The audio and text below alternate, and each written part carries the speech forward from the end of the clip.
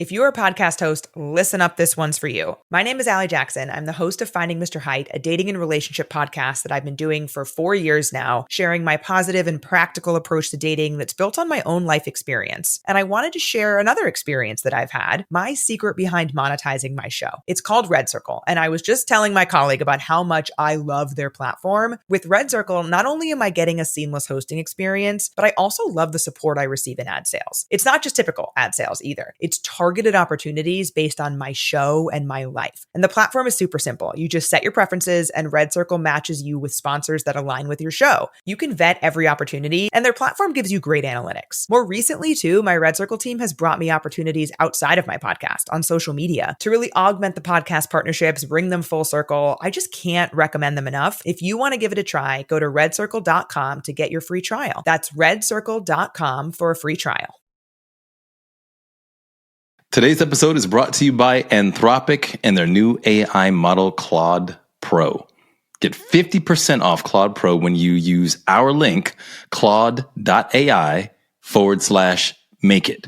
That's claude.ai/make-it, all one word, for 50% off your first 3 months. Now, on to the show. She acknowledges. Wait a minute. Cheers. Oh, Nick's is clear. Yours is amber. Mm-hmm. Amber waves. Mm-hmm. Mine is potentially poisonous. Mm-hmm.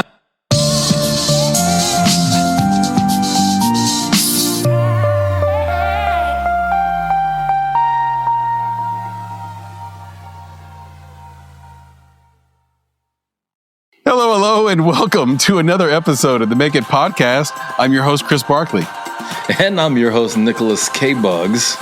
What's up, man? Sir. What's up? Hey, so today, no guest. No guest. That's okay. He said no guest with a T, not no guess. Yeah, no guess. Because you could say that. Yeah. And it would also be correct. Is that like all my friends when I was growing up would say axe? Let me ask you a question. Yeah, what? That's right. You say what? Wait, what? You mean ask me a question? That's what I said. Wait, you wouldn't do him like that, would you? You wouldn't do him like that. Of course I would. Of course I did. Excuse me, young sir. Did you mean ask? Listen, I had to live up. I had to live up to my branding now. Okay. Yeah. You're living your brand even back then before brand was a thing. People knew who Papa Bear was. They knew. Okay. They knew. They wouldn't let me shame my white daddy. There's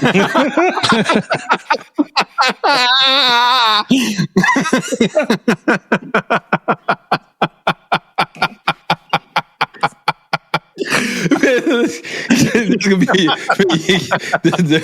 be some comments on this video, bro. There's gonna be some comments.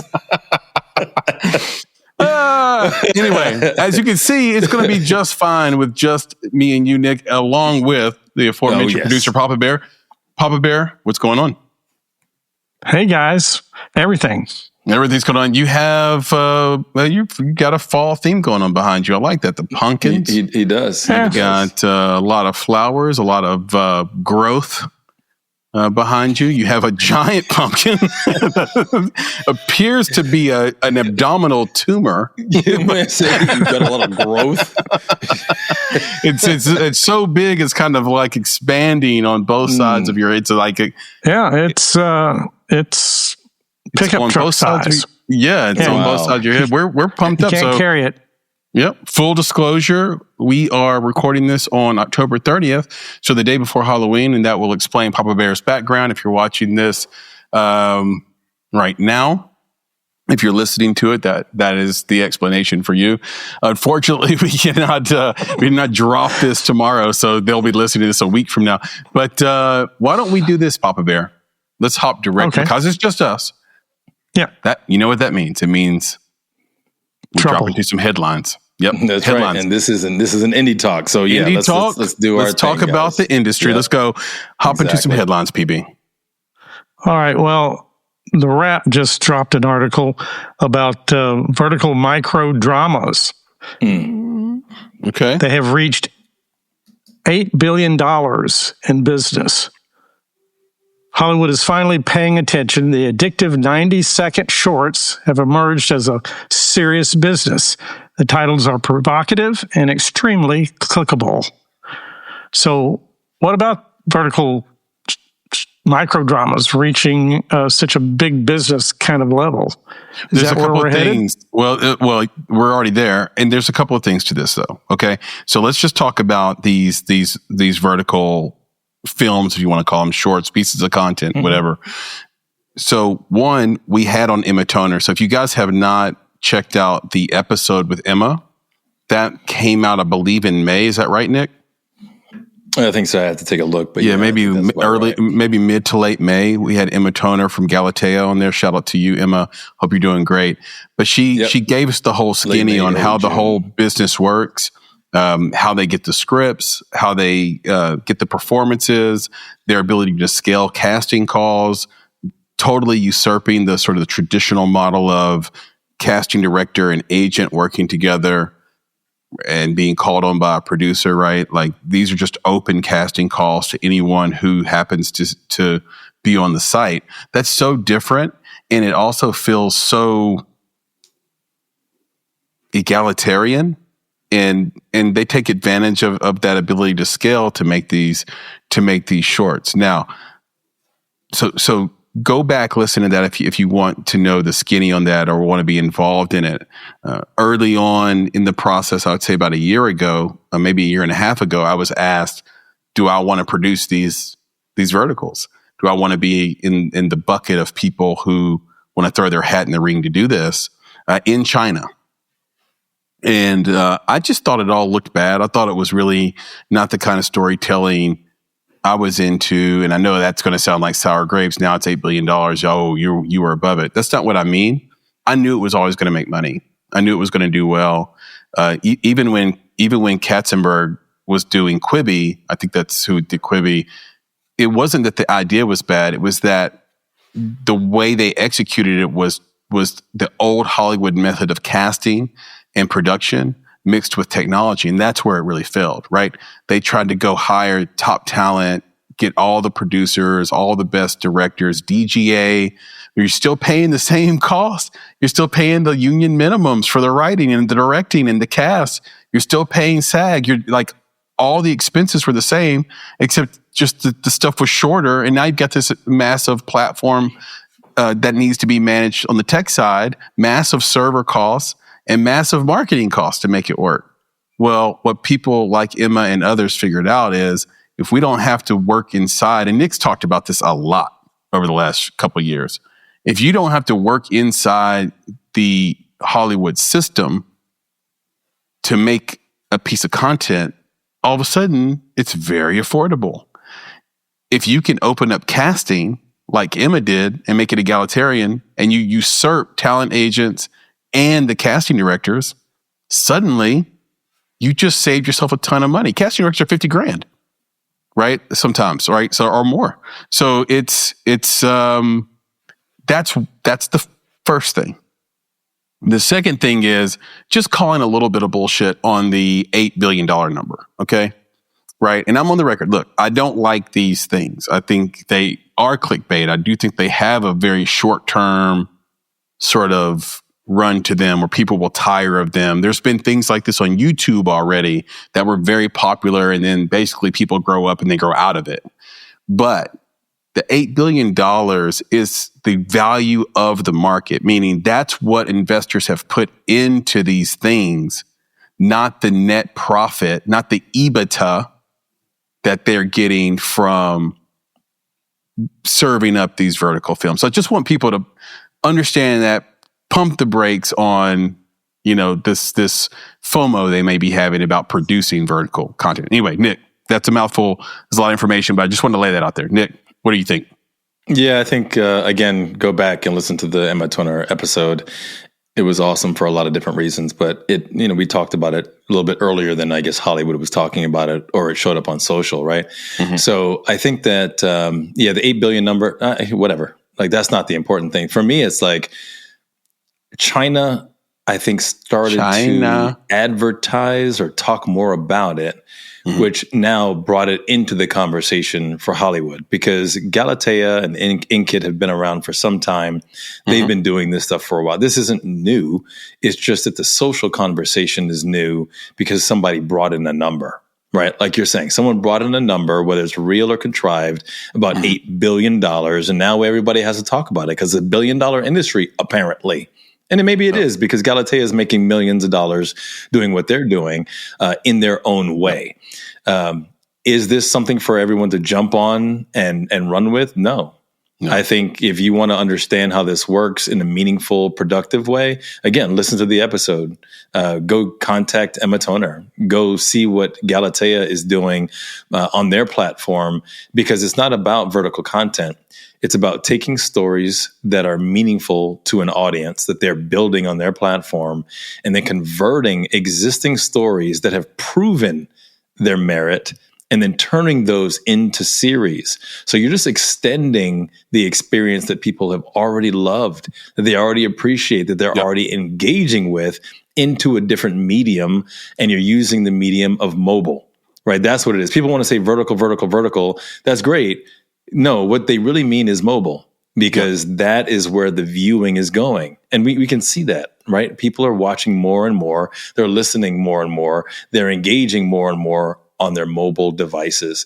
So that's all this is it's saying, take the platforms that we used to create content for and shift, because people are shifting their viewing habits. So yeah, I think there's definitely a shift into this space, but we knew that already, right? We knew people were going into mobile. 100%. So this is just a natural progression into that space. PB, you had something? Well, the Wrap article does admit that the vast majority of that $8 billion figure is coming from China. So, most of that is there. Money still to be made here, I suppose. Yeah, 100%. And because it's what Nick said, and shame on all these mobile sites and on industry for not having extensions or APIs that allow people to buy movies in a click. We talked about this a decade ago, man. A decade ago. Can we get a place where I'm on Instagram? Can we get technology where I'm on Instagram? A movie is promoted to me. I click on it and I'm watching it the second I click. Or maybe I click and then I click again to confirm payment. My credit card's already on file, right? And they charge it $4.99 or $1.99 or $9.99 or whatever. And all of a sudden I'm watching that film. And because the tech is there to do it, like Netflix did it years ago. It was like called Netflix Party or something like that. They didn't do it the right way, right? Like they put it on desktop. Well, kids aren't going to do that. Viewers aren't going to do that. If you take that same technology and put it in social media networks, where all of a sudden, once I click purchase, a notification goes out to all my followers that I'm watching this movie live. It's just a new version of live, right? Same notification you get that says, hey, Papa Bear is going live on Instagram. You want to join them? That same thing, PB, would be, hey, Chris is watching XYZ movie. Do you want to watch with him? And then you're watching it, and then you can comment with each other as it goes. And maybe you're just making fun of the movie the whole time. I don't know. But the point is, you're supporting the filmmaker, and you're having fun with your friends in the medium you wanted to do it in. And let's not forget, they were dancing on the grave of Quibi, and they were industry in general was so happy that failed. I've never seen such a celebration. This isn't going to fail. It's going to keep going for a while. The quality, if it gets better, it'll have more longevity. If it stays really bad like it is, then it's going to be its own thing. It's going to be like Wattpad. It'll be off to the side, but it's going to be quietly making a fortune. Okay. So our next headline, the TV series Landman enters the top 10 titles. Yeah. It enters the top 10 titles audiences are most excited about ahead of season 2 debut. Okay. So, what about that? Well, let's talk about these top 10. What are these top 10 people? Yeah, let's talk about the top 10 for us. That's what I need to know. Okay. these are the top 10 shows people are talking about. On the top, and number 1 is Wicked for Good. Okay, keep it going. Number 2, Stranger Things. Mm-hmm. Okay. Number 3, NFL football. Not a surprise. Not soccer. Tron, Aries. Black Phone 2. It, Welcome to Derry. Superman. And 8th, Wednesday. 9th, The Fantastic Four, First Steps. And then Landman made it in the 10th spot. Yeah. So this is what I want to talk about. So let's go to Tron real quick. That's the thing that got me, right? So the headline is that these are the top 10 things that people are excited about. I'm reading this list here. And I guess to me, we got to look at the definition of excited. Well, hold on, right? Nick. Because wait. Is this top 10? Explain this to me, Nick. Is this an actual top 10, or is this top 10 things people are excited about? That's what he said. This is an excitement meter. No. Okay, I was confused. The headline is that people are excited. Okay, and what I'm saying is that it depends on the definition of excited, because I can get excitable, right, about a topic that I'm heated about or I'm annoyed about. And I think that's what this list it really reflects, right? It's like when PB was like, yeah, this is what people are talking about. I was like, okay, yeah, I agree with that. I agree that people are talking about them. I do not agree that this list is what people are excited about, because I have yet to find a person who's excited about Tron. Period. You know what I'm saying? Like, no. Like, listen, yes. I found out earlier today that my eldest daughter, watched Tron. So that was early in the conversation. I called her back later. I was like, why did you watch Tron? Like, explain that to me real quick. Why did you watch this movie? And she said, well, because the movie that I wanted to see got sold out and we were already at the movie theaters. So we watched Tron. I was like, now which is sad. That's so sad that it's true. By accident. And I was like, well, how was it? She was like, it was terrible. And she gave me like 37.2 reasons as to why it was terrible. And that's what people are talking about.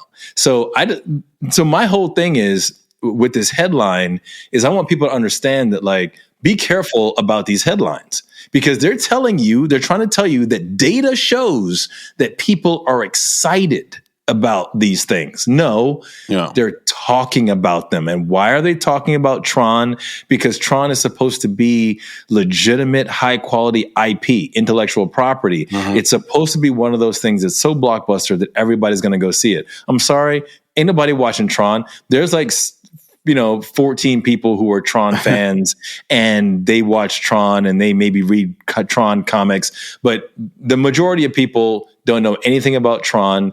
They don't know about the lore. And I'm sorry. I feel bad for my man, because I'm sure he's, a great actor, but who cares about Jared Leto? Like, Jared Leto's awesome, but I know what I'm saying. I think he has fans. I mean, yeah. I know, but I'm saying, like, we're not going to see a movie because Jared Leto's in it. And the other thing is that, like, I think that he's, my daughter, she gave this great kind of review of it. She was like, it feels like this was a movie for him to showcase himself and, like, in a big bombastic film so that maybe one day he could be like in a big Marvel movie or whatever. And I was like, well, he shouldn't have freaking done Morbius. Right? Like, what was he thinking? If this is what you're trying to be. And she was like, I feel like he's trying to be like the next Tom Cruise. I was like, Tom Cruise never played an ugly Dracula looking dude in a movie that was a villain / hero. No, he wouldn't have done that to himself. So whatever Jared Leto's trying to do is not working. So anyway, I look at this list again and I'm like, okay, I could see how these films and these shows, these things are in the conversation. 100%.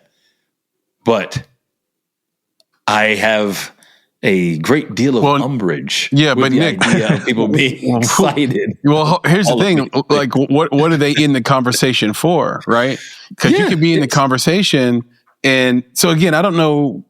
Shout out to the rap. The rap is awesome. I don't know what KPIs or metrics they're using to measure or judge excitement.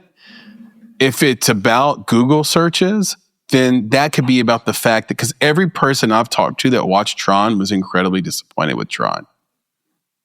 They should win for coolest poster.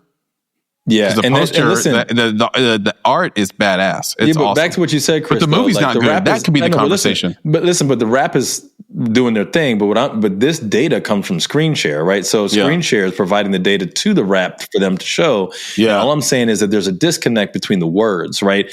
It's one thing to say this is one of the most talked about, versus excited. And I don't think anybody's excited about Tron coming out on any. We have an audience poll on our platform. We know one person who's excited about Superman, but I don't know a lot of people who are excited about Superman. We did an audience poll on our YouTube platform for Wicked for Good, and we just asked a simple question: are you excited to see Wicked for Good? Overwhelming no's. Now that could just be our audience, right? Legit. We don't want to just make it sound like people aren't excited, but I was surprised because we tend to have a younger audience on our community page. Yeah, and and like all of our biggest polls are Disney related, for example, all of them. So for there to be overwhelming no's for Wicked for Good, someone has not done their market research when they decided to do this sequel, when they decided to run it back with Ariana Grande, right? And Cynthia Erivo. Hey, can I say it? I hope our audience isn't excited. But listen, I want to say it real quick. I got to say it. I do. I mean, this might be a little off color. I'm sorry, but if they do the sequel, man, Ariana Grande is gonna have to eat. She gonna need a burger. You thought she was a little too peakish? No, now.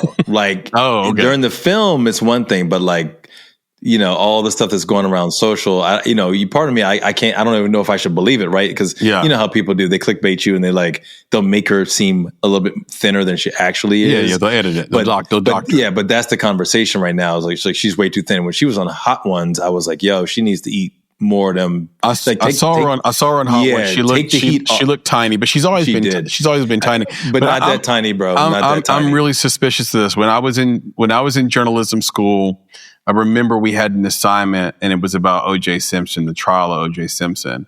And one of the things we had to do was look at the focus of the assignment was the Time magazine cover that he made. And what they did is they darkened his skin to make him look more dangerous, to make him look more. So apparently a darker skinned person is scarier to America than a person of color that's as light as him. He wasn't scary enough. They didn't want him to look like OJ running through the airport in a Hearst commercial, or the guy who was making you laugh, in the Naked Gun movies. So they made his beard more pronounced. So that was scarier, darker skin. And this is how the media and this is social media. So they do the same thing. Yeah. Yeah. It's crazy. So I'm hoping that what I'm seeing isn't legit, isn't real. Yeah, me too. But if it is, she's going to need to bulk up a little bit. We have to get her some protein, some creatine, hit the waist a little bit, and then be prepared for the next film. That's all I got. Well, right. Just to clarify on that a little bit, Tron is just one of the 10. And if you look, there's on the chart, there is a down arrow, and people are talking. I'm looking 2%, right now. Like 2.1, I think it is. It's on the list of the top percent 10, less about Tron. But let's give it some merit, let's say. Yeah, Tron is down 2.1%. You're right, PB. So what is the demographic that might be loving Tron? Nobody. It's part of the conversation. It's just not a good movie.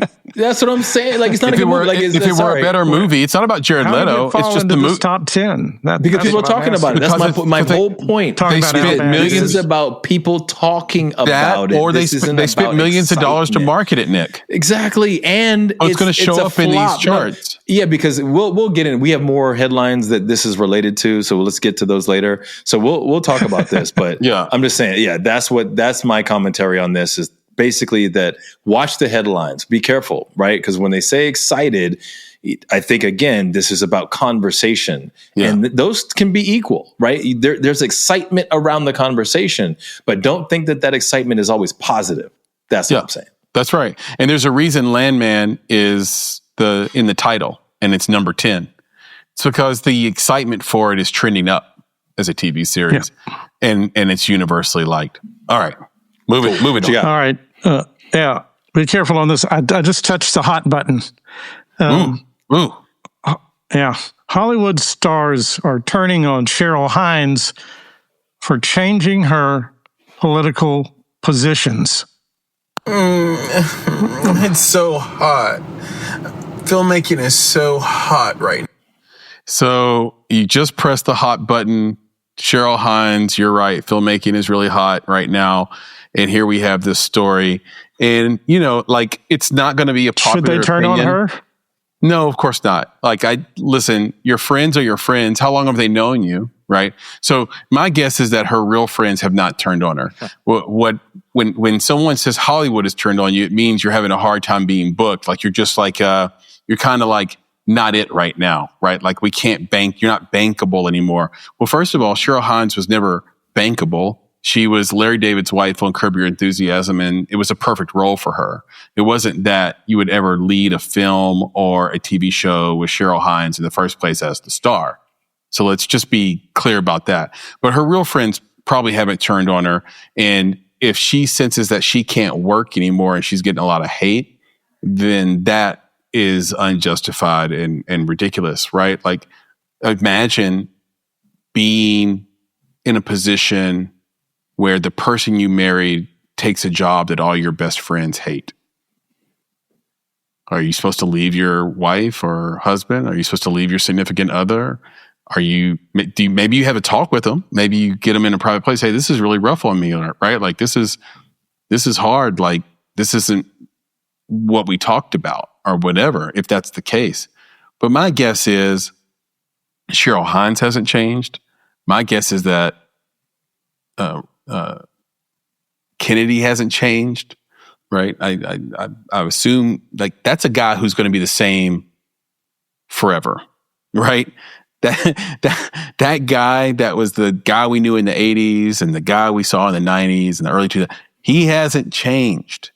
I've been hearing his speeches for 20 plus years now. 20 plus years. They're all the same.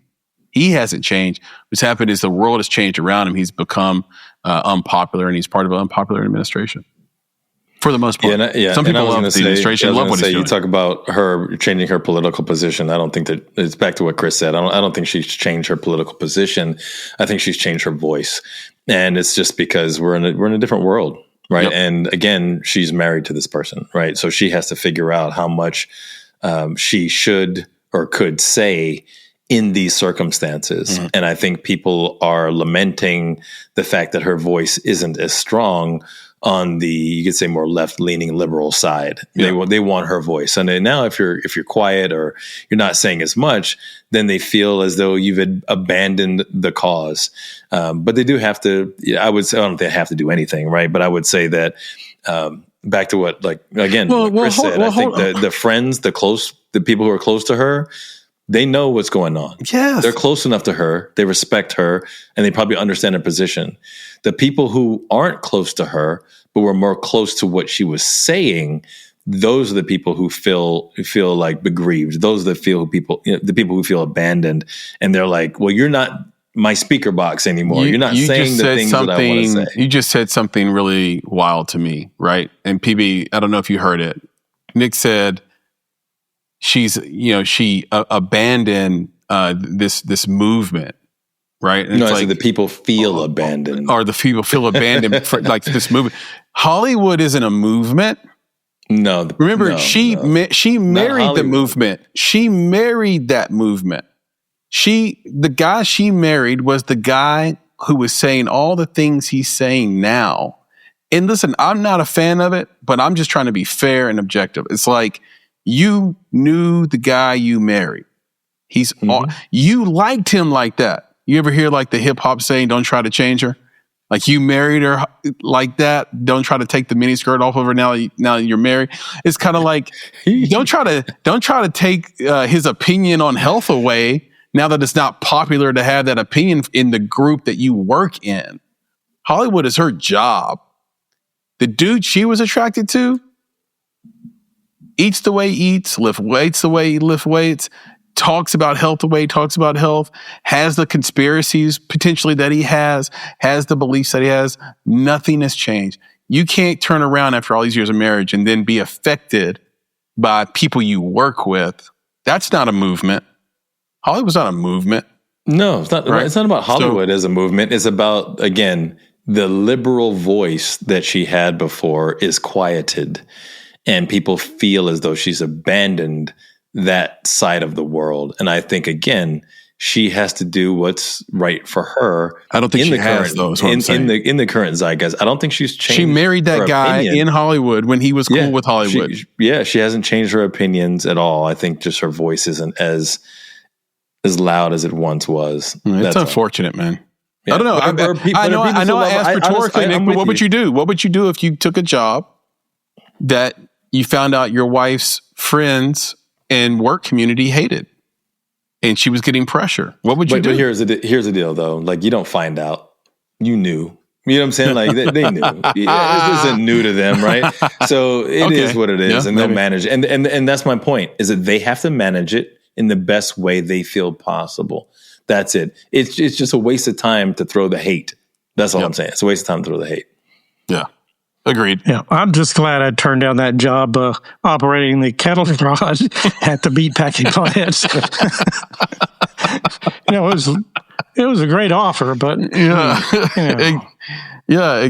cattle prod at the meatpacking plant. Yeah, exactly. A Mortal Technique used to say that your diet is not revolutionary.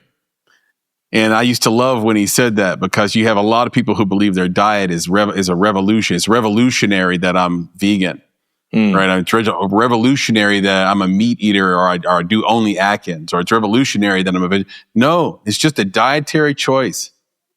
You don't get to be Nelson Mandela because you chose not to eat meat. Because what we know, and this is maybe a Dick Gregory thing, what we know is when your ass is starving, you will eat meat. Okay, and if your ass can't get meat, you will eat a vegetable. Even if a cucumber makes you nauseous, you will eat that damn cucumber before you let yourself die. And that's the proof it's not revolutionary, because revolutionaries are willing to die for what they believe in. That's the difference. So thus, diet is evolutionary. There you go. It's a choice. Just making a choice. How did we get here? Here's something. I don't know how we get these places. That's what makes this show so great. You never know what you're going to get when you come to make it. Everybody has noticed. Reduced theatrical revenue, the decline of star power is making Hollywood's biggest name, is caused by Hollywood's biggest names like Margot Robbie and Dwayne Johnson, The Rock. Now, Reggie Roby, Papa Bear, was the first black punter in the NFL, if not the only black punter to ever be in the NFL. He played for the Miami Dolphins, I believe. No, he played for the Raiders. Reggie Roby, shout out to Reggie Roby, black punter. I thought it was Miami. Could have been Miami and the Raiders. But Margot Robbie, Hollywood's going through this decline. The star power, it used to be, that if you had a big star in your film, it almost guaranteed success. That doesn't seem to be the case nowadays. What's going on? Well, I almost feel like we should pay some bills before we answer this, right? Like this could get wily, but I'll try to keep it tight. Here's the deal. First of all, we need theaters. We need theaters to win. Whoever's out there listening, you have a great idea. You need to develop it. You need to send it forth, because theaters is the bright red line between films being financially successful and the industry being viable and the industry going away. It's just that serious. There is and we're going to talk about this in a little bit. It's a big topic today. We're going to hop into we want to address some marketing and talk about just the industry in general and sort of how weird this industry is. There's no industry like the film industry. And we'll talk about that here in a second. The theater is the last place a film artist can get fair market value for their work outside of selling a 4K UHD or a Blu-ray. That's it. So they have to survive. And that's why it's a concern that some of these stars, like Frankenstein, flopped. Like, I think, or there's just like not a lot of excitement. I think, wasn't Frankenstein in the theater? It already got pulled. And that was like a big budget movie. There was supposed to be a lot of fanfare around Frankenstein. And, you know, there is a desire to watch movies with stars in them. But I feel like they almost have to be in the right context now in order to get people out of their house to watch it. Like, people are making a choice, Nick, where they're like, is this a theater movie or is this a streaming movie? Yeah, well, there's two things there, right? There's the reduced theatrical revenue, and then there's the decline of star power. So I want to just talk on the theater part first. So when I was growing up, the theaters were in malls. That's right? True. Yeah, and who went to the theater more than anyone else? It was kids went to the theater.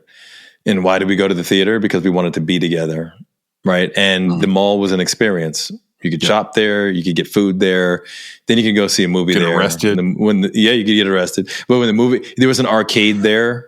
You guys, you remember that, right? There was an arcade there. There was a giant arcade. Loved the arcade. The mall was an experience. Yeah. And we are seeing the loss of the mall.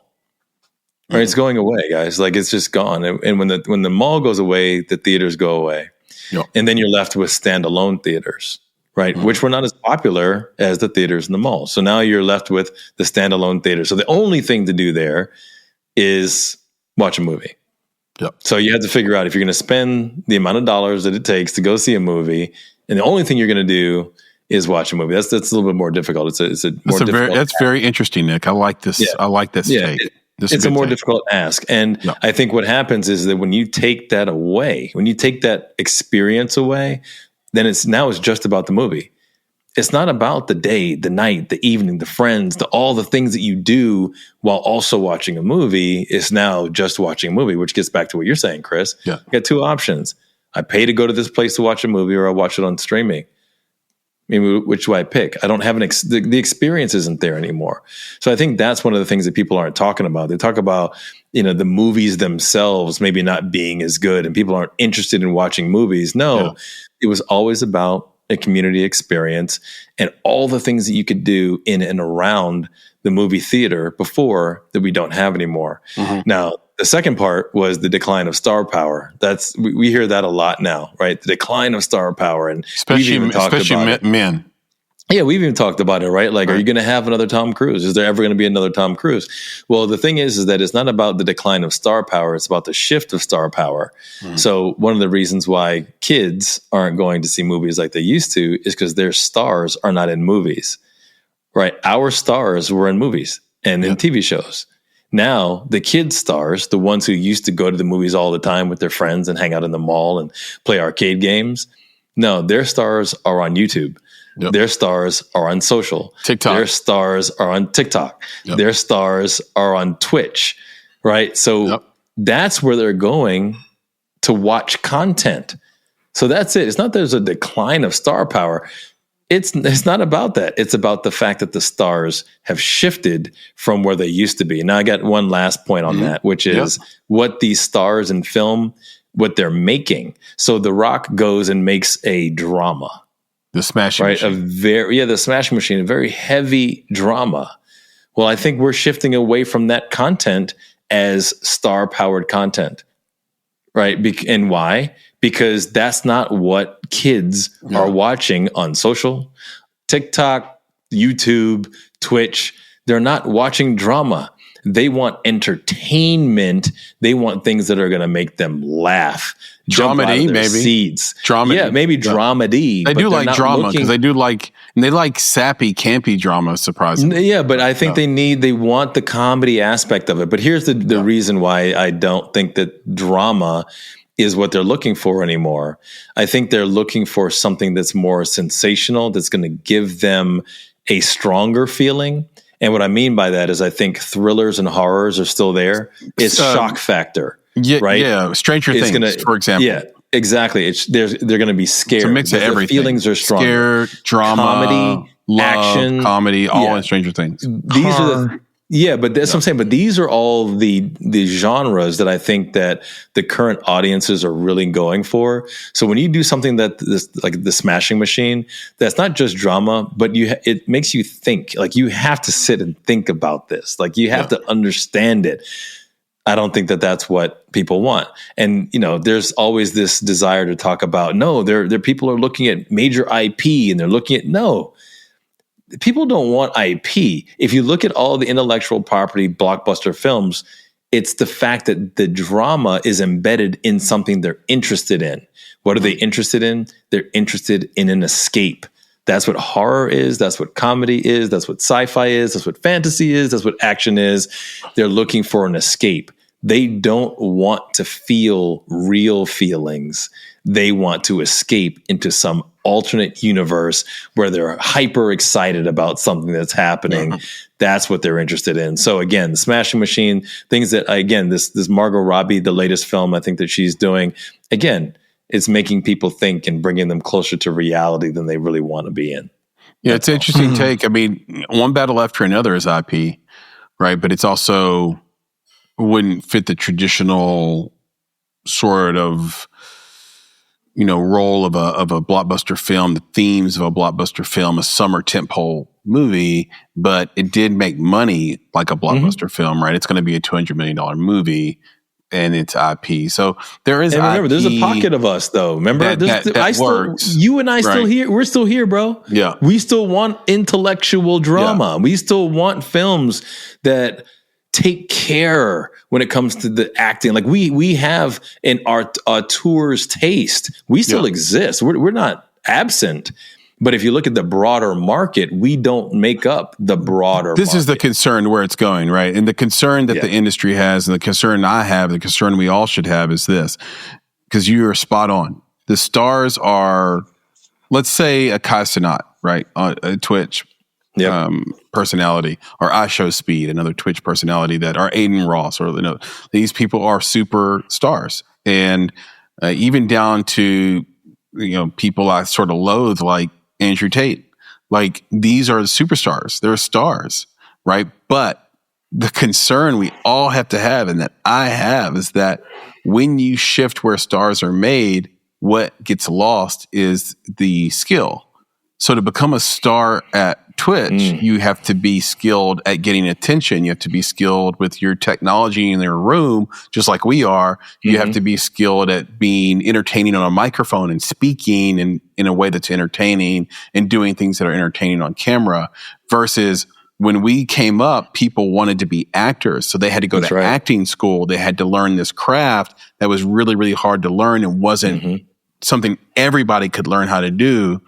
And I'm not trying to say that everybody can learn how to speak on a microphone. I just think it's a little easier than being De Niro. I think it's a little easier than being Daniel Day-Lewis. That's why they call it auteurs. Have you seen, hey, listen, Chris, this is an interesting take for real quick, right? Yeah, please. Have you ever heard the word auteur applied to someone on TikTok, Twitch? Never. Anywhere. Exactly. Never. It's a great point. And so what we're concerned about is that who's going to be in these movies? Now you're going to have to put Kai Cenat in a movie and he doesn't know how to act. You're going to have to put Drewski in a movie and the movie's going to be terrible, but Drewski's going to be really funny. Right? Like this, and then you can only have one type of movie. It's going to be Kevin Hart, Drewski, and Kai Cenat in a movie. And they're going to do that movie 10,000 times. And that's great for Kevin Hart. Right. And great for those the Rock guys. Will feature and so will Shaq. Right. But it's but it's really bad for us as a community of filmmakers, creatives, and audience and film lovers who want to see great films with great performances in it that take us to another world through those performances. So it's a shame. Anyway, let's pay some bills and then we'll come back and talk about marketing in today's film landscape for indies. All right, let's take a break. Cool. Let's do it. Hey everybody, Chris here, and shout out to our sponsor, Anthropic, and the latest version of their AI model, Claude. Claude's internal and external research capabilities go way deeper than basic web search. Think comprehensive, reliable analysis with proper citations for clients. What it does is it turns hours of research into minutes. It's a massive time saver. Nick, my favorite part of all this is that it connects to the productivity apps on my phone. So I've got so many apps on my phone, and now Claude can connect to all these things. And suddenly, before I know it, I've got this high-end assistant and taskmaster in my pocket, in my hand, everywhere I go. You can even connect Claude to your professional tools like GitHub, Jira, HubSpot, Notion. We love that. Google Workspace, big with filmmakers. Claude does all that stuff. So you can connect it and watch it become your command center with context from all of your work. Claude is the AI for minds that don't stop at good enough. Minds like ours, Nick. It's the collaborator that actually understands your entire workflow and thinks with you, not for you. So whether you're debugging code at midnight or strategizing your next business move, Claude extends your thinking to tackle the problems that matter. Yeah, man. And every filmmaker knows that great storytelling starts with ideas. But developing, refining, and organizing those ideas takes time. And that's where Anthropic Claude comes in. So Claude helps you brainstorm story concepts, write treatments, and even structure your scripts all in natural conversation. It's like having a creative partner who understands nuance, tone, and even pacing. So whether you're crafting dialogue, polishing pitch decks, or breaking down scenes, Claude can help you move from inspiration to production faster without losing your unique creative voice. And we know we love that because filmmaking and creativity is all about that unique voice. So if you're ready to tackle that, sign up for Claude today and get 50% off when you use our link. The link is claude.ai/make it. It's very important that all of that is lowercase. So claude.ai/make it, and you will get 50% off your first 3 months of Claude Pro. That's a great deal. I love it. That's legit. That includes access to all the features Nick and I mentioned previously. So one last time, Claude.ai, all lowercase, Claude.ai/make it to get 50% off your first 3 months. This episode is also brought to you by Gusto, our partners at Gusto. We love Gusto. Why? Well, it makes our business easier to run. Most people don't realize this, Nick, but this podcast is actually a business. Did you know that we don't just turn on the cameras and the microphones and then voila, there's a podcast? It's actually a business, right? Yeah, man, it's work, and there's a lot of work behind the scenes, and people have to understand that there's administrative stuff that goes along with making content. That's right. And that's where Gusto comes in to take the stress out of payroll, benefits, HR, so you can focus on why you started your business in the first place, right? Gusto is online payroll and benefits software for small businesses like ours. It's all in one, remote friendly, and incredibly easy to use so you can pay, hire, onboard, and support your team from anywhere. It's quick and simple to switch to Gusto. Just transfer your existing data and get up and running fast. Plus, don't pay a penny. Not a penny, Nick. Don't pay a penny. Not a penny. Until you run, until you run your first payroll. Okay? Save time with automated tools built right in, offer letters, onboarding materials, direct deposit, and more. These are all things that just suck time from small business owners. And we know we dread doing these things like offer letters and onboarding materials. Yeah, we just want to be creative. We just want to be creative, right? We just want to do the show part of it. But to do the show part, you got to be good at the other stuff. And Gusto helps us with that. So try Gusto today at gusto.com/make it and get 3 months free when you run your first payroll. That's 3 months free, Nick, of payroll at gusto.com/make it. Thank you so much to Gusto for being a sponsor of this show. And now, speaking of the show, can we get back to it? Let's do it, man. Let's get back to the show. And we are back. And we want to hop into our primary topic in this conversation. And this has to do with some data, guys, that I found, that I looked up. I ran through my favorite AI, which is Manus IM. Shout out to Manus. Actually, my second favorite. My first favorite is Claude Anthropic. Also Great high name. trust. Yep. High trust on Claude. So one of the things that I wanted to know was what it would cost to market a film if your goal was to get 10 million views on streaming. So no theatrical run. This is a straight sort of indie query. And I ran 3 models, one for 1 million streams, one for 5 million streams, one for 10 million streams.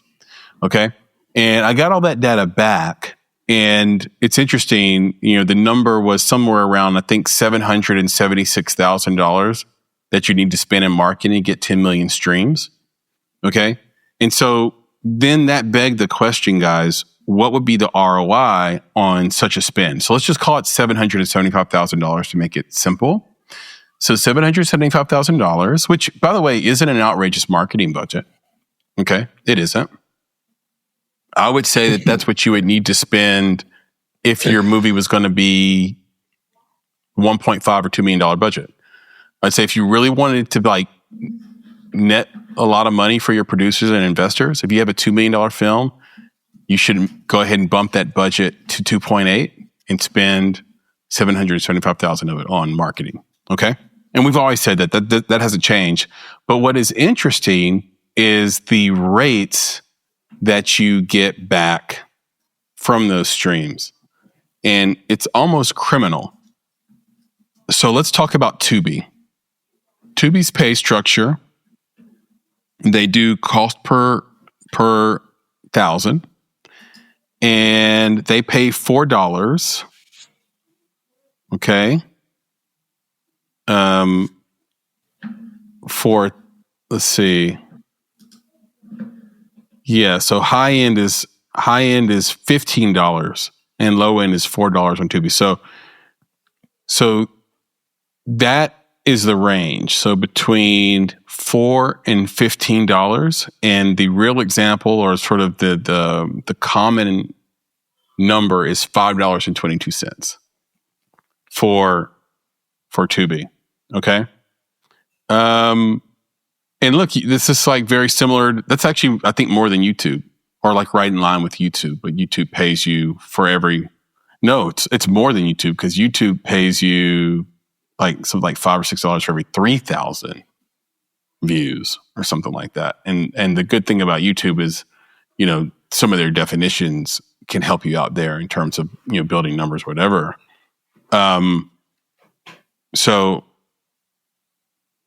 you think about fair market value.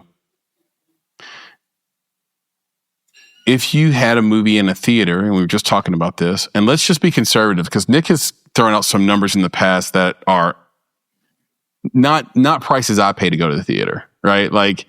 He'll say, hey, I took my family of 4, or just me and my son went to the movies, and I was out $100. Now, I'm not saying it's impossible, Nick, to spend $100 at the theater for 2 or 3 people. Trust. I know that you live on the East Coast. It can be more expensive, but let's just say it's $15 a ticket, and you're going to split half of that with the door. So you get $750 a ticket times 1,000 views. As a filmmaker, you make $7,500. Okay. So you can make $7,500 in a theater, or you can make $5.22 on Tubi. It's highway robbery. And Tubi's one of the good ones. The pay structure on Amazon Prime is, the rental price is $2.99 to $5.99. We know that, right? And you can purchase a movie. We talked about DVDs being fair market value, 4K UHD. That's $9.99 to $14.99. Typically, it can be more than that.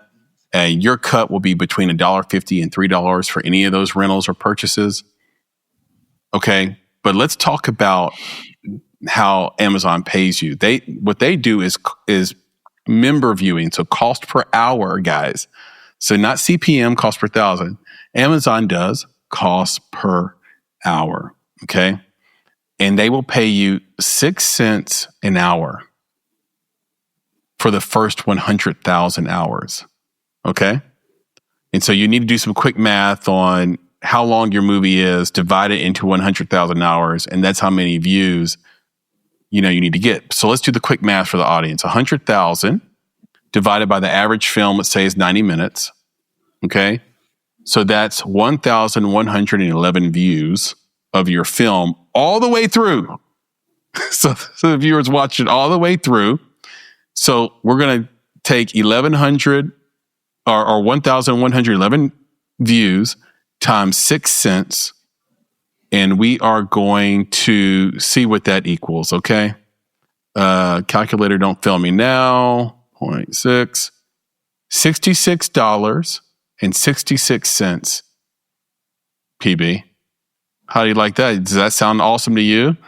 To have 1,111 people watch your movie, and now remember, this is the revenue Amazon's paying. There's yet another split with your distributor, which is typically 70-30. So you're going to get 70% of that $66.66. Same with the other number we pulled from Tubi. You're going to get about 70 to 75%. Now, if you're with Indie Right, shout out to Lynn and Nelson, I think you get, hers is 90-10, right, Nick?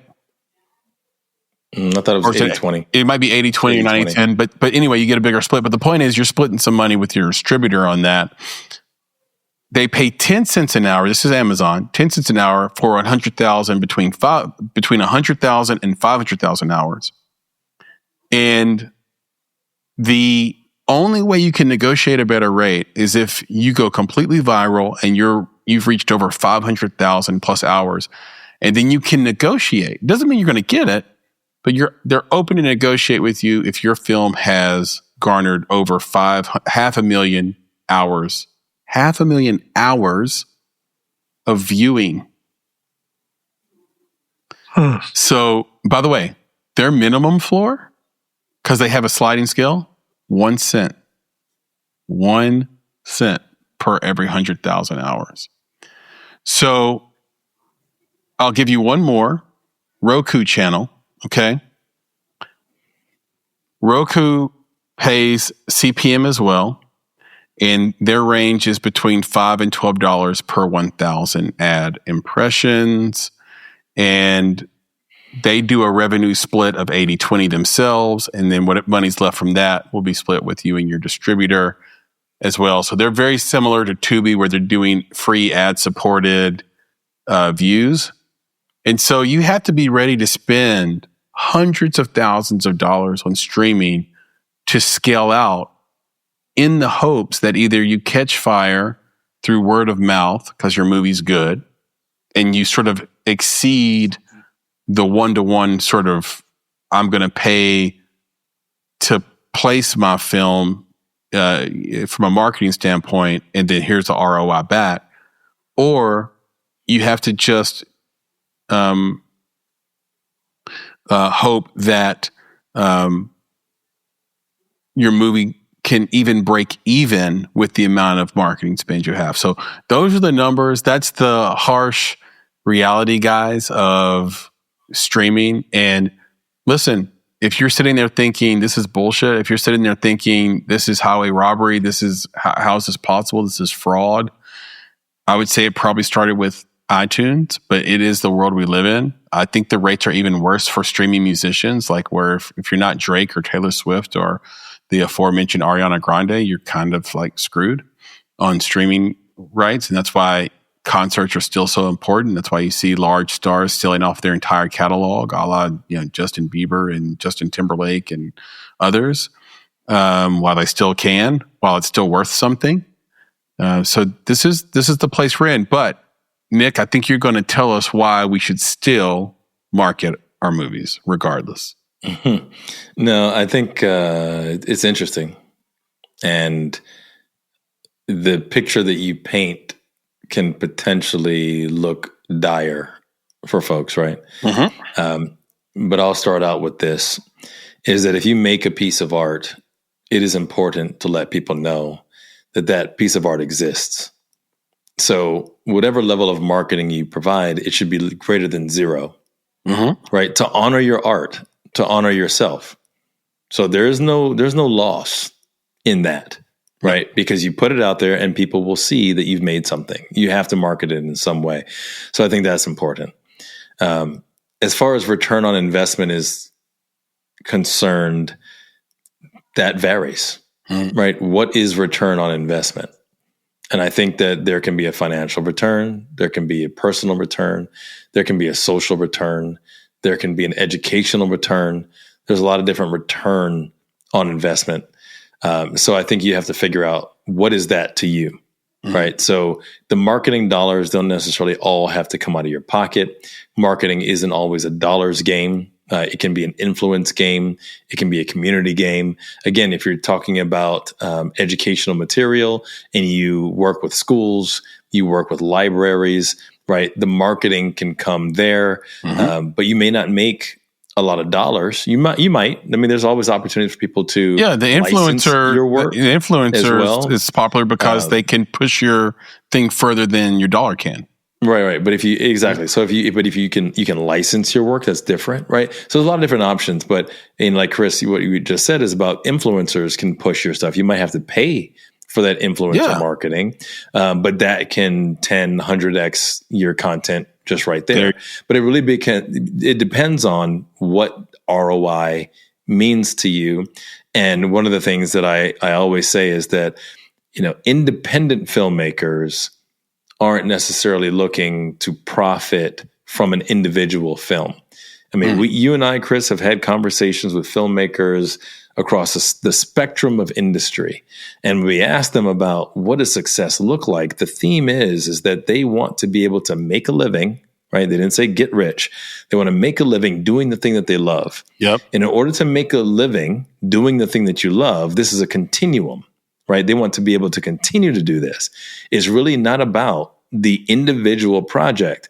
It's about a continuum. So if they're able to market and get them to a place where they can make their next film, that's the ROI that they're looking for.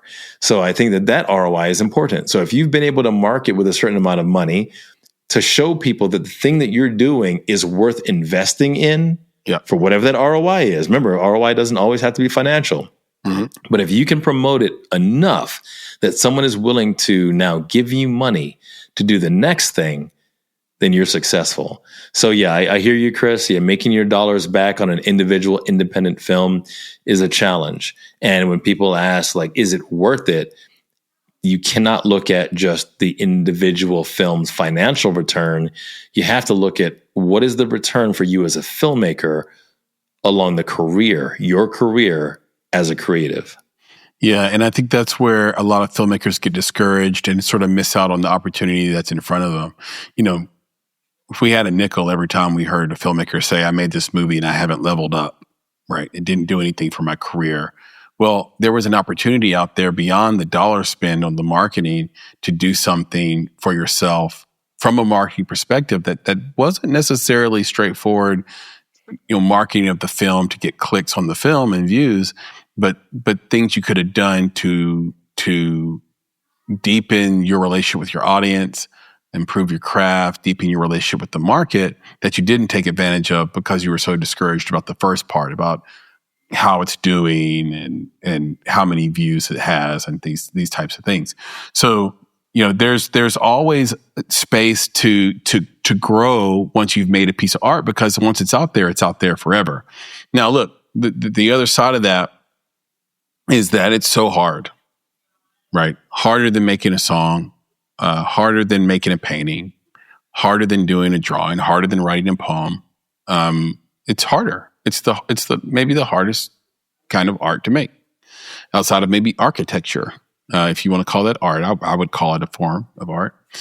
But it's on that level, right? It requires a jobs program to do it, right? So, for example, if taxes went away, tax rebate, cash rebates, grant programs went away in states here and countries across the globe, then the film industry would actually crumble the next day, right?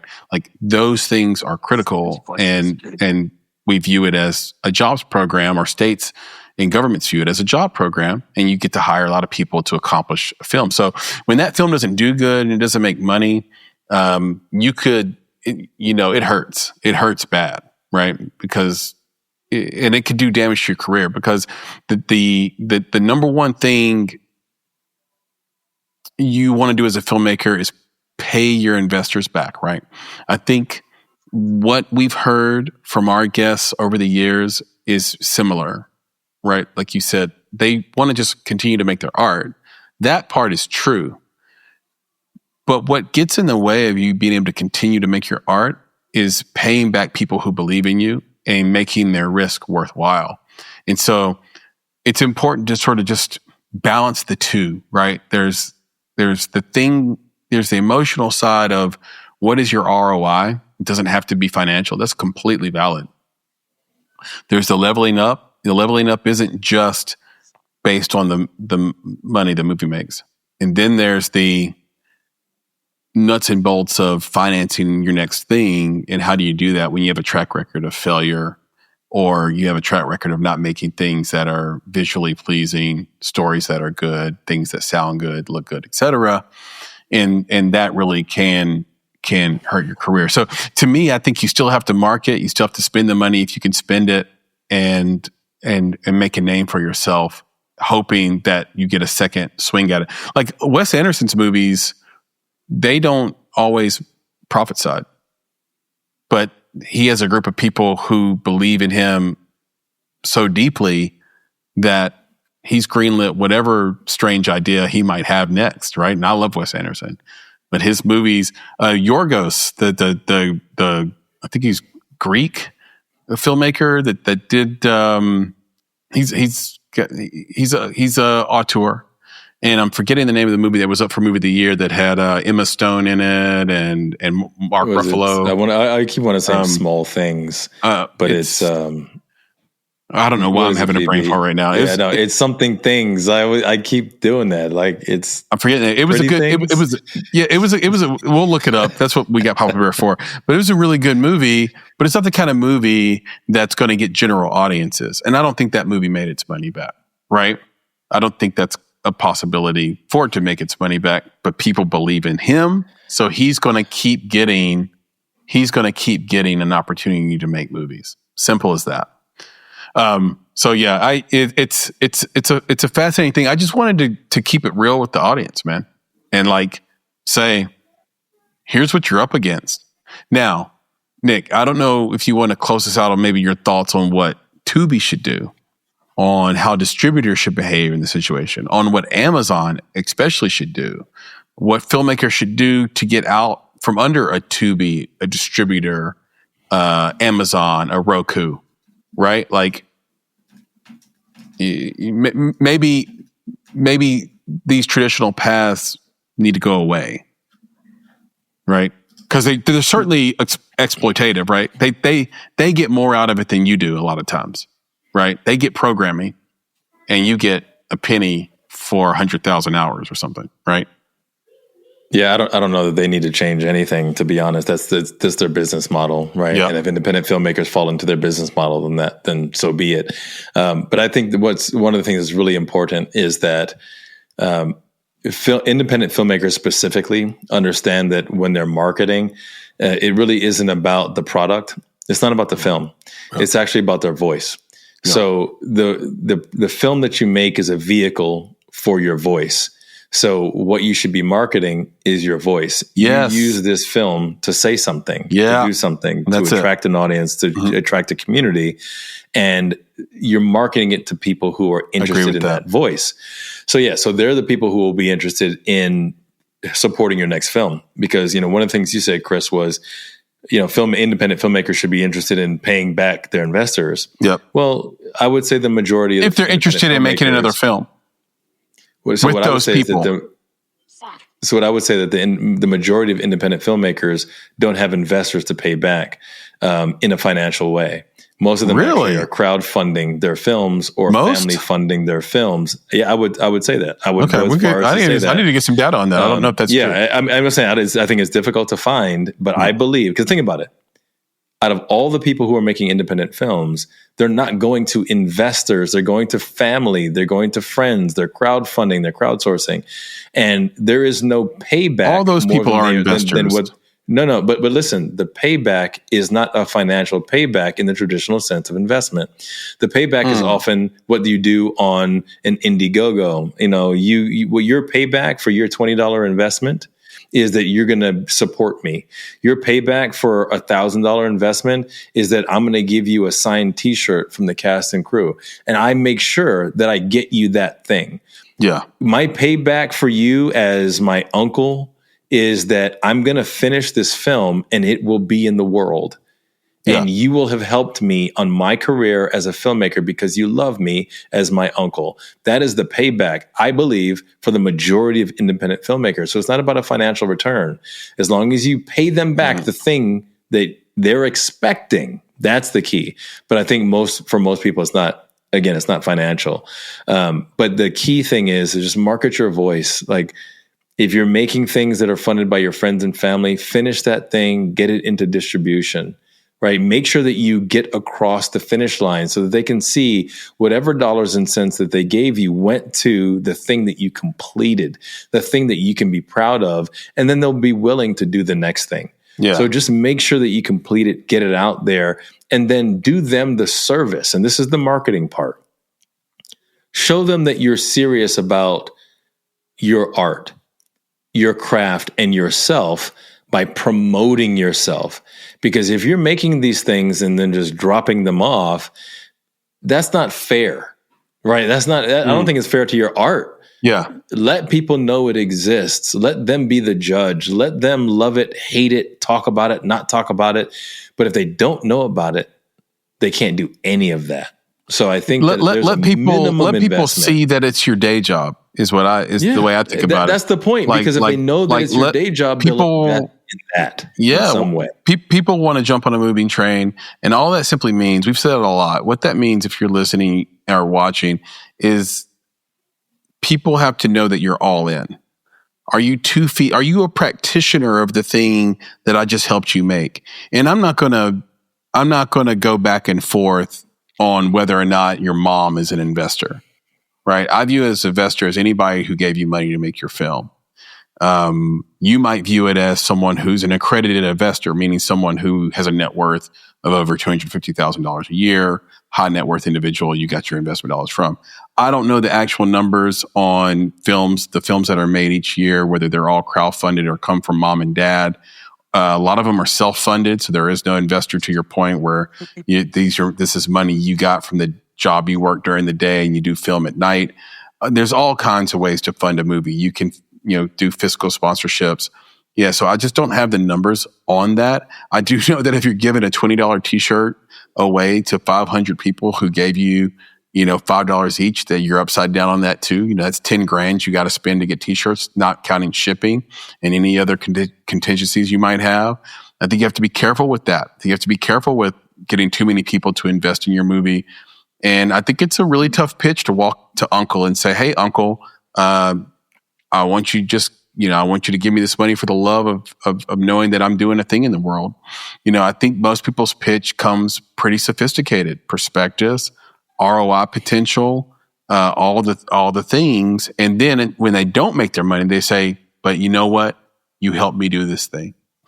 I think that conversation happens after the movie isn't financially successful, and there needs to be an understanding between you and Uncle that there is no money coming to Uncle anytime soon. Like I said, every movie makes its money back. The question is it 2 years or 200, right? And if you don't make it back in 2 years, you're on that 200 track, and that's not what you want. So it's a fascinating conversation. I love having it. I think we should transition right now to some things we should know before we get out of here, because I can see Papa Bear has been chomping at the bit to stump us.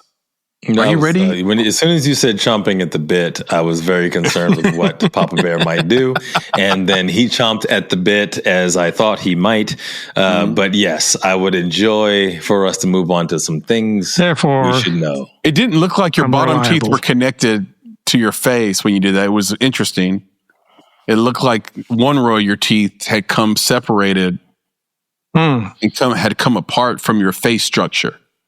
I don't have dentures. No, that's what I'm saying. That's why it's so magical what you just did. That was intense. If you're not watching this, come over to YouTube, subscribe, like, share, and you'll be able to see things like Papa Bear's magical teeth trick where he can separate the top row of his teeth from his face structure on command. Great segue. Let's segue into things we should know. I don't. Sure. Okay. Well, today I don't think you'll get stumped. I think. Hold on. Did you get the name of the movie? What do I pay you guys for? No. You guys just sit there staring at me. With Mark Ruffalo the name of the movie. And Emma Stone together. What's the name of the movie? I don't have it yet. Oh my God! Because there's so many. I need better help. I need people who want to better help. I need people who want to. Oh yeah! Shout out to BetterHelp, former sponsor.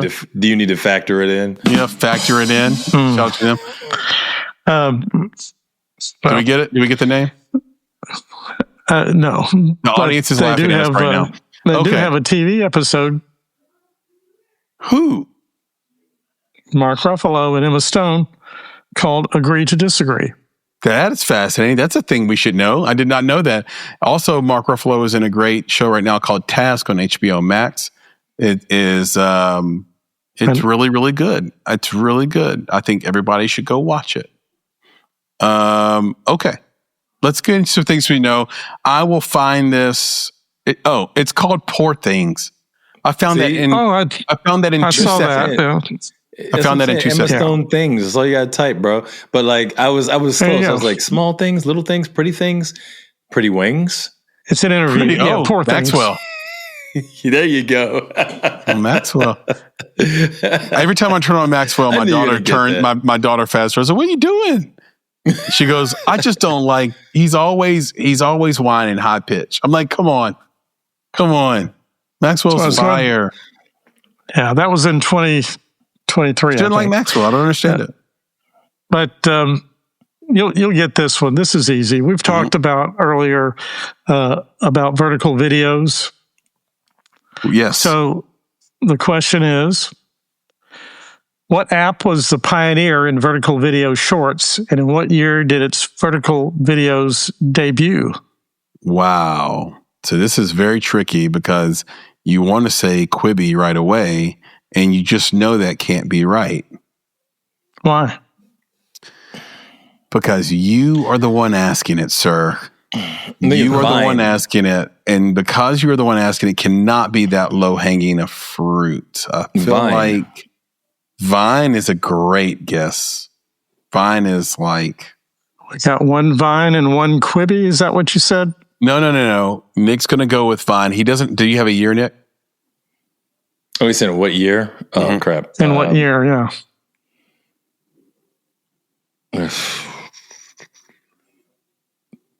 2007. That's a great guess because I think 2007 is spot on. I'm going to, just for fun, because I actually think Vine could be correct. I'm going to guess Periscope. I'm going to guess Periscope. Yeah, Twitter's 2006. 2006 Periscope is my guess. 2007 Vine 2012 is Nick's guess. Periscope was acquired, though, by Twitter. That's what I'm saying. So they were doing it before. Okay, but I think they died in 2014. So something like that. Okay, PB. It's obvious. It was 1914. 1934. Of course. All right. What is it, PB? As obvious as the nose on your face. It was Snapchat. Oh, Snapchat my God. First debuted in 2011, initially featuring ephemeral photos, but did not introduce vertical videos until 2012.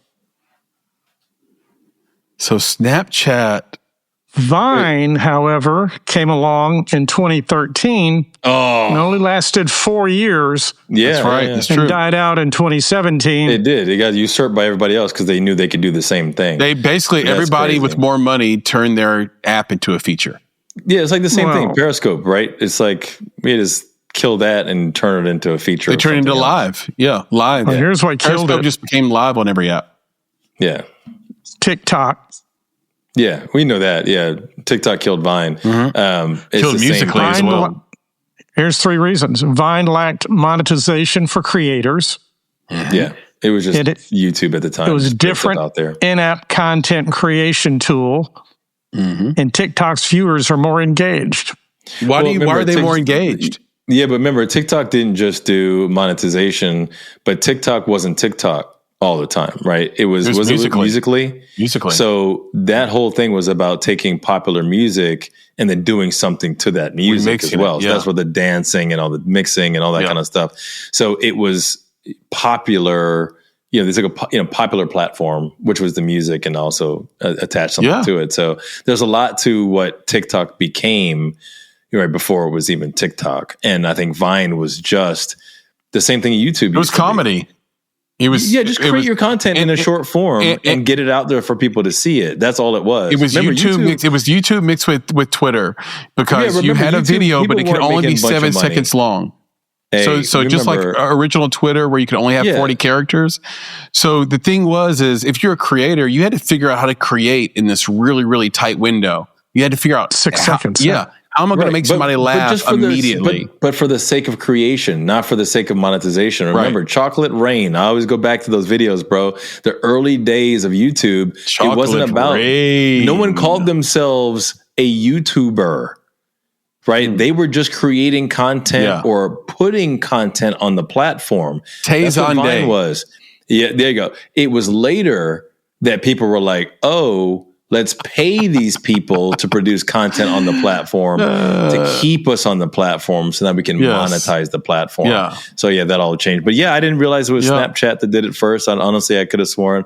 Are your kids on Snapchat? No, my kids aren't on social at all. Yeah. Like I that's the one. They're antisocial. Yes, he's antisocial. And I've kept my kids off Snapchat as long as possible. So my 2 older kids, I think, have it now, but they didn't have it until they were much older teenagers. And then my youngest still doesn't have it. She's almost an adult, but that's what I'm saying. I don't. It's difficult because when you say my kids, of course, I think about my littles, right? My eldest is an adult, so it's like, is she on Snapchat? Probably for the brand and stuff that she's building, but like, it's for a purpose. It's not just playing around. But the littles, definitely, they're not on social at all. Yeah. Listen, at the end of the day, if the guys who are making the social media platforms don't let their kids on their platform, you should think about why that is and why you would allow your kids on a platform if they won't even let their own kids on the platform. So shout out to Tristan Harris and like all those people who are that put out the Social Dilemma and are fighting a good fight around some of the ways that social media is negative for society. Now, to me, you mentioned your oldest daughter. It's like, that is, to me, the positive side of social. Social has provided gig economy jobs. It has provided creative people an outlet they would never have an opportunity to sort of explore. And you can run a business through social in a way that you have never been able to in human history. Like, TikTok is so good at business and they're so good at advertising. They somehow they've developed trust around their shops in a way that Instagram completely and Meta failed at completely. They failed at it completely in my mind. Like young people have no trust that if they order a hat on Instagram, that hat is being shipped to them. But you cannot say that for TikTok. They can't wait to buy things off TikTok. And so shout out to TikTok, whatever they've done to develop that trust. I think part of it is the lift, and I know this is kind of a tangent, but it could be helpful to filmmakers out there. The kind of lift you have to do to even open a shop on TikTok, I think, is why the trust is there. Like if you want to start a shop on TikTok, you need a whole day. Block out your whole day to get that up and going. And then you have to be approved on top of that. So I think that engenders trust.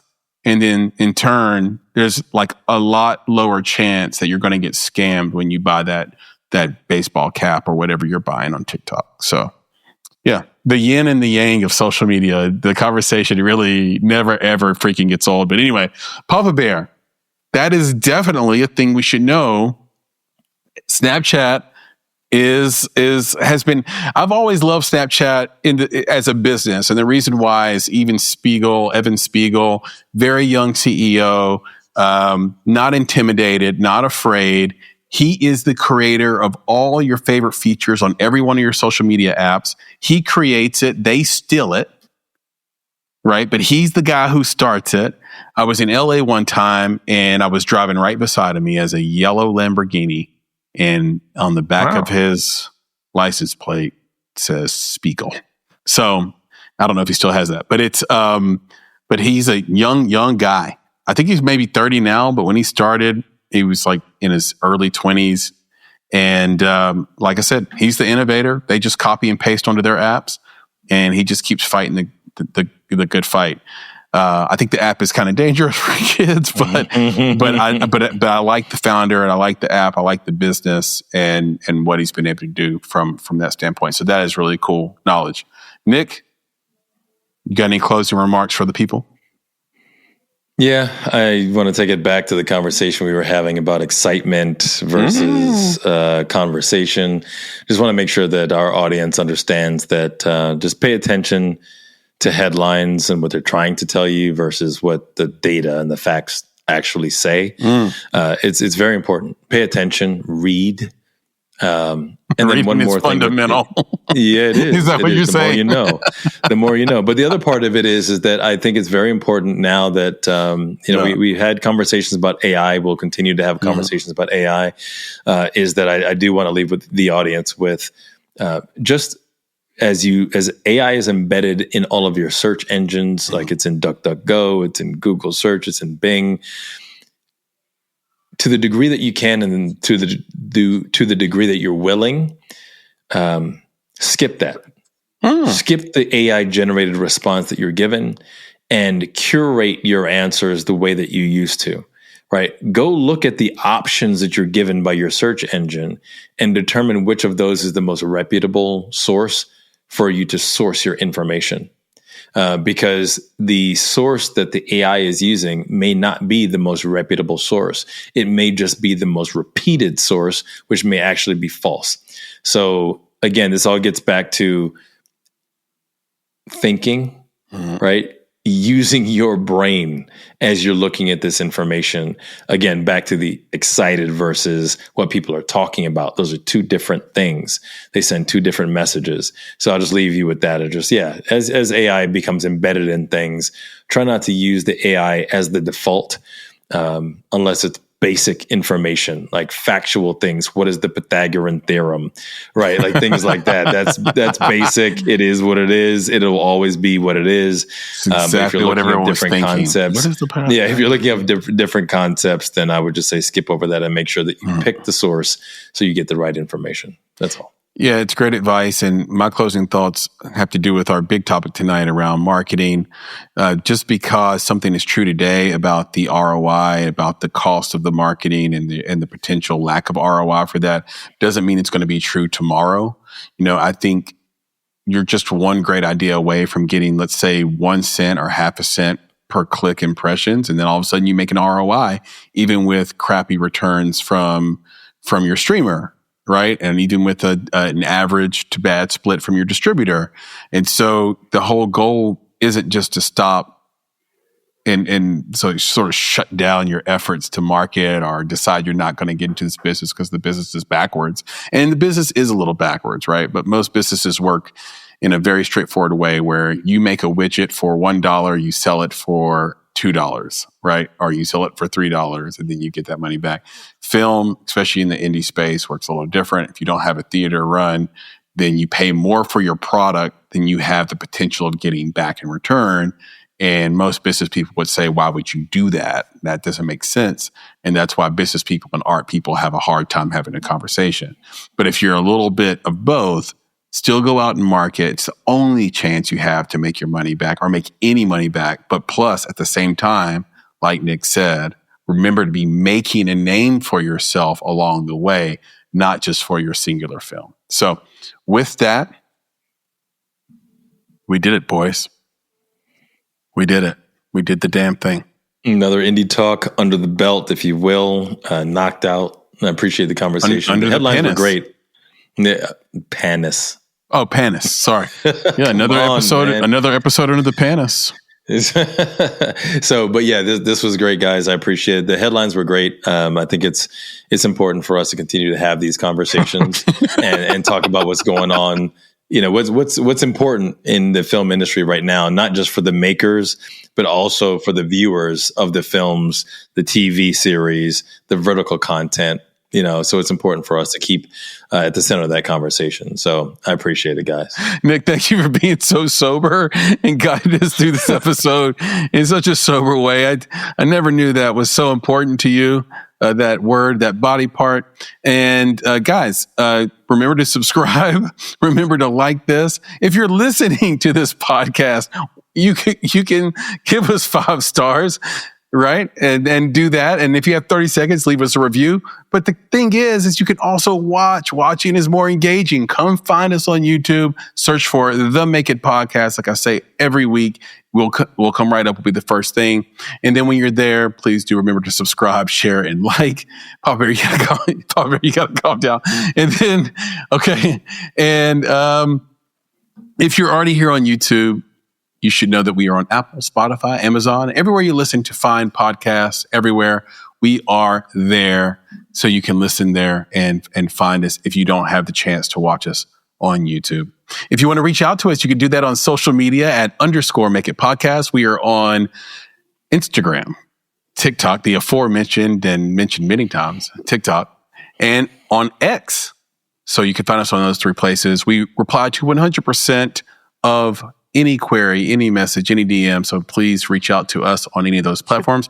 We're also on Facebook at the Make It Podcast. So you can search for us there as well. That is a mouthful. And so with that, I turn it back to my compadre in podcasting. It's pretty good right there. No, nothing? Okay, whatever. You guys suck. I turn it to my compadre podcasting, Nick, to leave us with the credo. Yeah, man, definitely to our filmmaking friends, family, fans, and followers out there. As always, be better, be creative, be engaged. And thank you for listening. Papa Bear, Nick, talk to you soon. Yes, sir. Gents, we'll do it again. All right. Peace. All right. Peace. Peace.